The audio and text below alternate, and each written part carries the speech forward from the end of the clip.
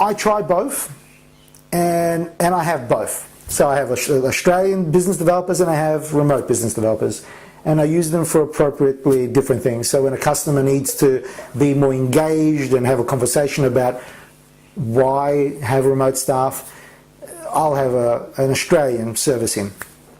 If it's somebody who really understands why he wants them, he just wants to get the person up and running, he knows who he wants to interview, who he wants to hire, I don't need to have somebody locally to do that. I could have my remote team, service that customer.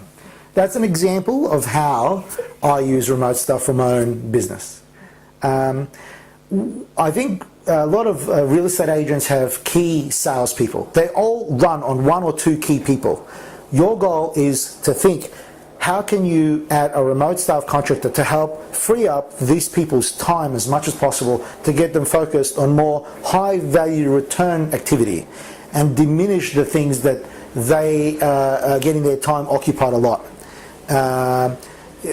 So if it's about keeping your database updated, should they be really doing that? If it's about sending an email, a personal email to the database all the time, or in updating people about certain things, or or following up on where a prospect is at with listing their property as an example, should it be that guy?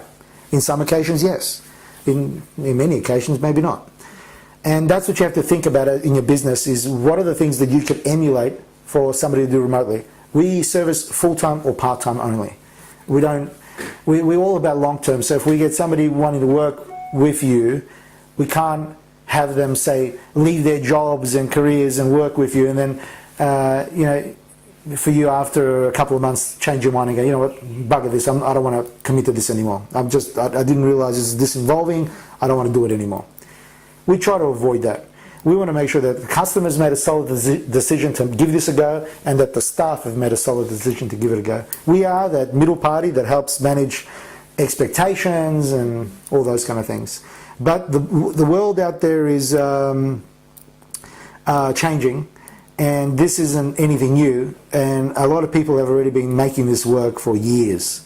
Matter of fact, the very first staff member I hired back in November of 2007, I had a handful of people. One of them have just recently been let go, and that's a good 3.5, nearly 4 years. I heard a story the other day that there's a McDonald's in California that the person taking the orders is in the Philippines. Okay. And when you drive through them, then it's the American that fills the order. Like, isn't that funny? That's an example of where somebody thought, how could I emulate this remotely? And if you think about it and are prepared for it, you'll be surprised at all the things you could do. And and so at the end, it's a profit exercise that you're engaged in.